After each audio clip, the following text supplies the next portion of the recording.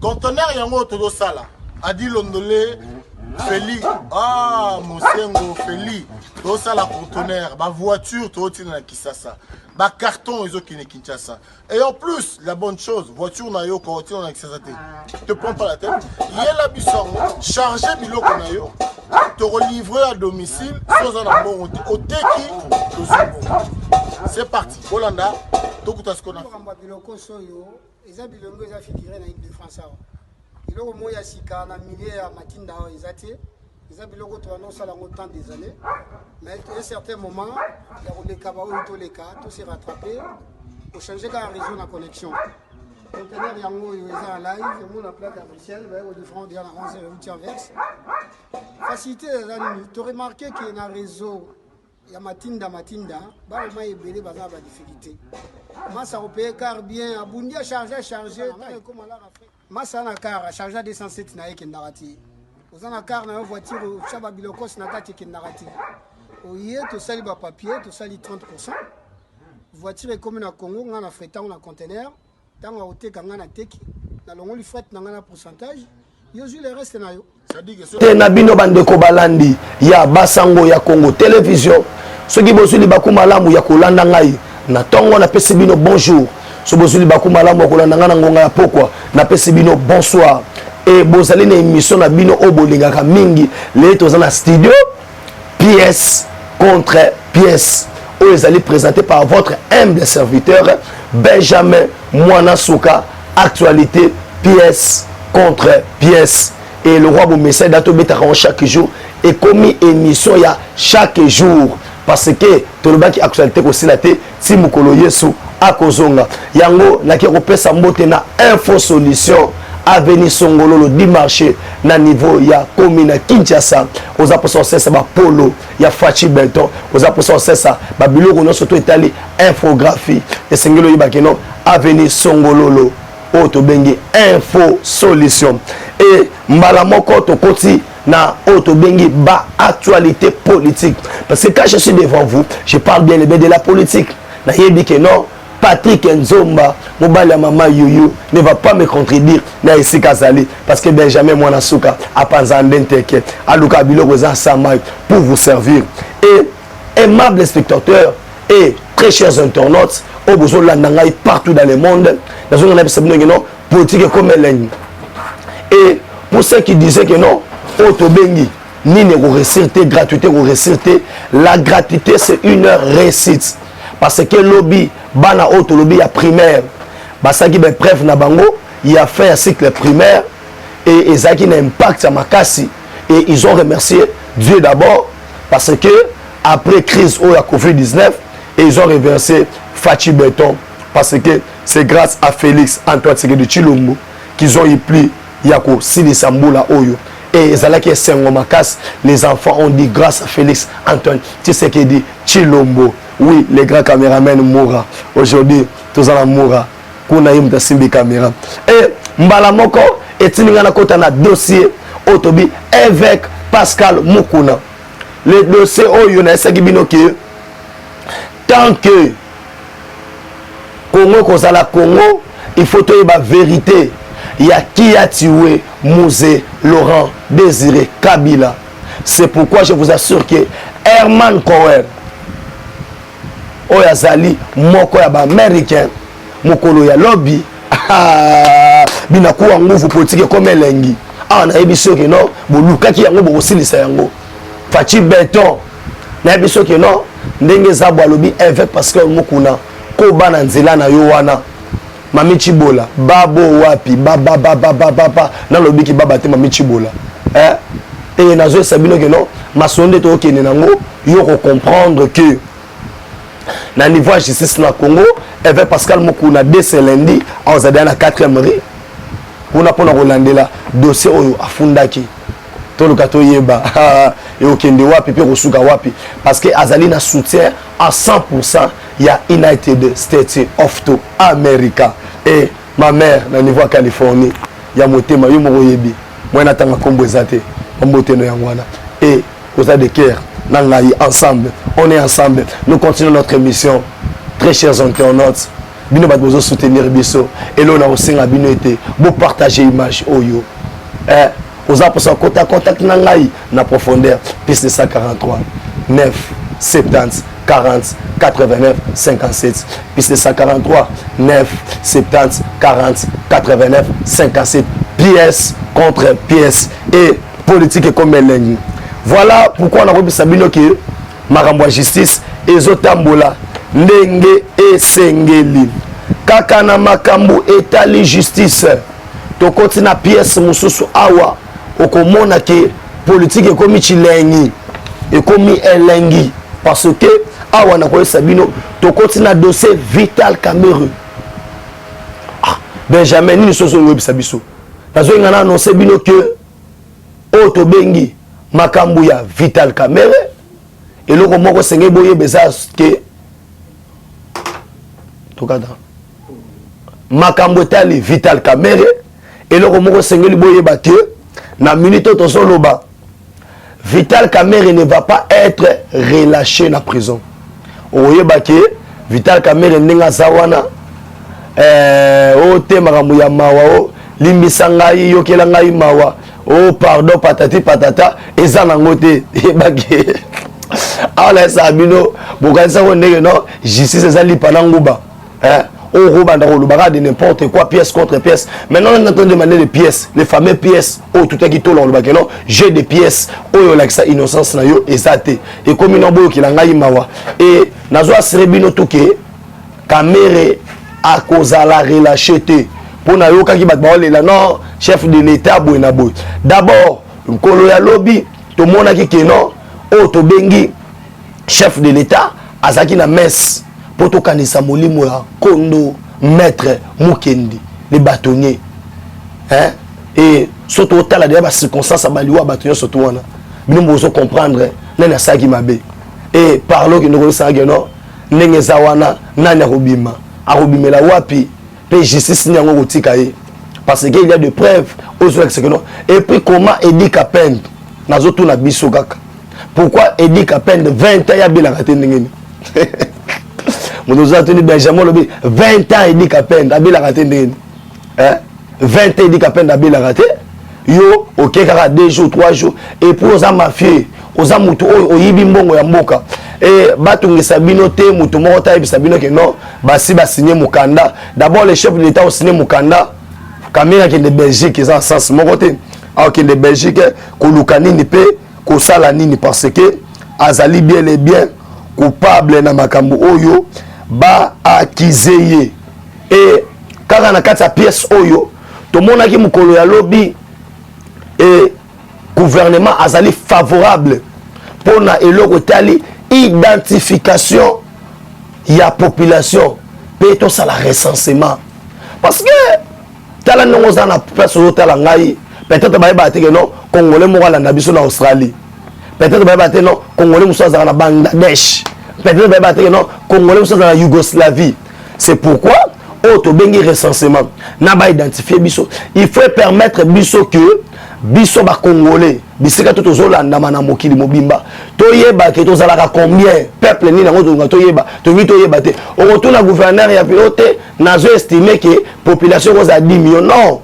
mboke tambola l'estimation te mboke fo ba yeba yango monaki mukola lobi bandana yeba jolino makelele eloko malamu pa lobi ya yango wana que non gouvernement zavi favorable na auto bengi nanu to le kana recensement pe identification et par là na webisa bino zani avantage ezali nini lelo ezana bato mususu soit disant besoin nationalité na Congo mais pour na nini parce qu'il y avait beaucoup de désordre et na minute oyo Félix Antoine Tshisekedi Tshilombo azo mettre ordre na domaine wana et tout le monde ba sepela kaka muto robo ya makambo ya identification c'est ça congolais te yango mo bato so soit des aote ba fanduru soki fangulu ba ye mais au bête ma sur l'identification te au bête ma sur la recensement te allez-y comprendre bazo banga nini et eloko nini ngo ezo lengisa bango président Etienne Kabongo Mujima ikana nga déboulonnage tu sais ba que to déboulonner tina suka pour déboulonnage to bo salite parce que maramunet okeni nango esengeli tous les congolais to yebana pour bato musulu ba ko ganga ko cha munoko surtout bito tala tozonga sima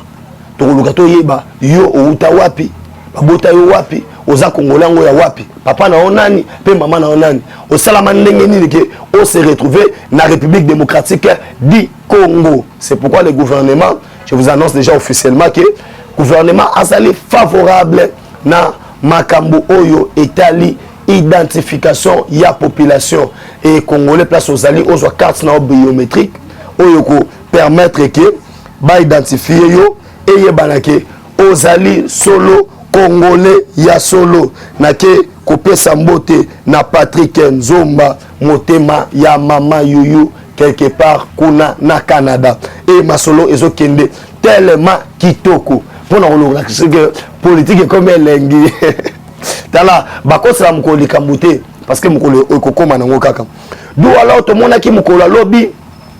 biloko bando malwa bando to parce que mutu mo benga ginga yo soit disant yango na ABC papa Jean-Pierre Foulou na Gloucester na niveau ya Angleterre que les contrats entre Bissona Allemagne et Zali ya solo parce que lobby to mona ki ministre ya hydrocarbures ministre ou atema mo énergie ba signa ki contrat officiellement pour babanda misala ya construction ya Inga 3 avec les Allemands bato banda ko ba non bino boganga ki bo sala ki boye o ezala ki rêve et commis réalité pour vous dire quoi électricité ezali eloko o ememaka développement na kati ya mboka ezali eloko o e boostaka que non ba investisseur ba na kati ya mboka et Fachi a gagné déjà Paris Oyo Félix Antoine Tshisekedi Chilombo Fachi Beton Masuwa na Noa Baboya Baswambwa Bazami Balete Azara Yemoko un seul patron et c'est moi Otolobi Félix Antoine Tshisekedi Chilombo Oboyi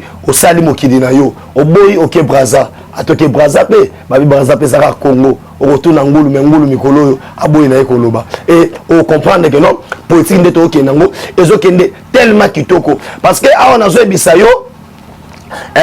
bato bazoluka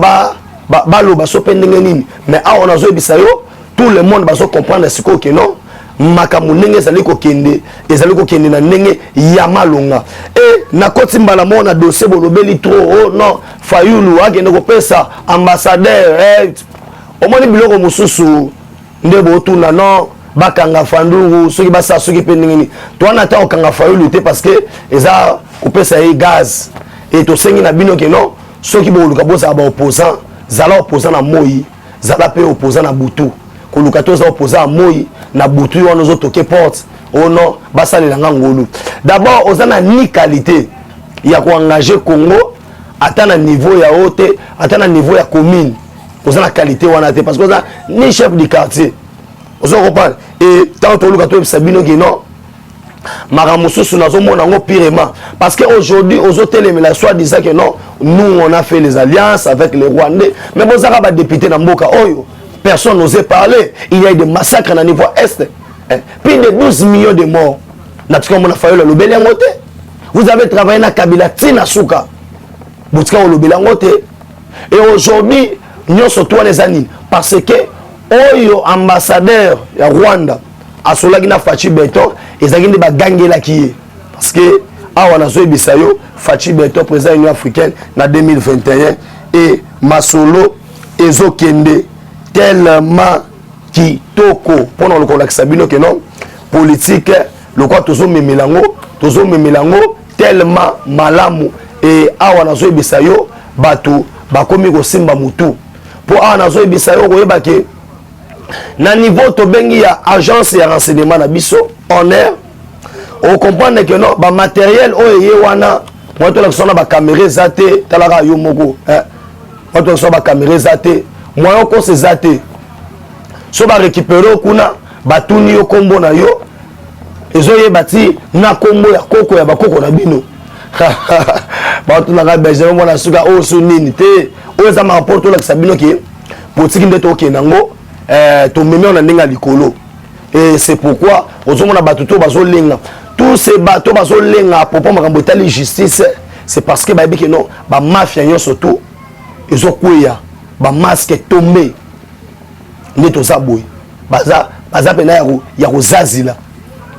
neto ba baza kozazila makambo ezokende tellement kitoko C'est pourquoi, très chers internautes,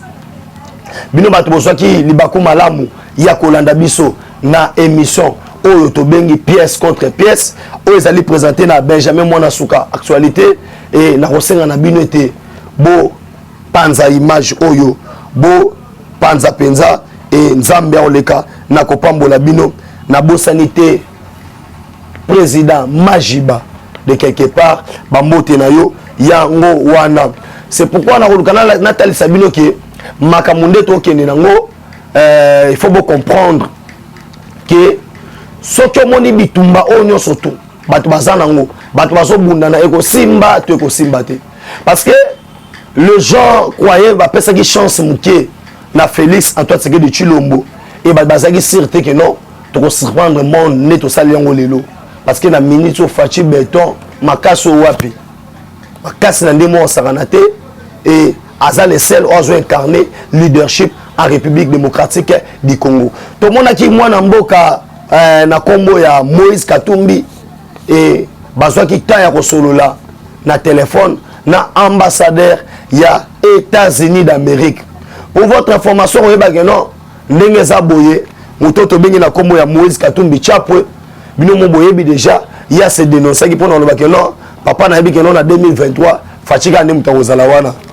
fatika ndi mutakozala wana ni moi to ninga bino ozala na mutumuste fatina kandi mutaza wana ti tokomi 2023 soki élection ezali to ça c'est élection yeka ndi mutakobima et tokotala mamususu na ba mandat oyo ezali koya mais on comprend que assez à se désolidariser parce que tant otala siko lelo structure to bengi la moka entre parenthèses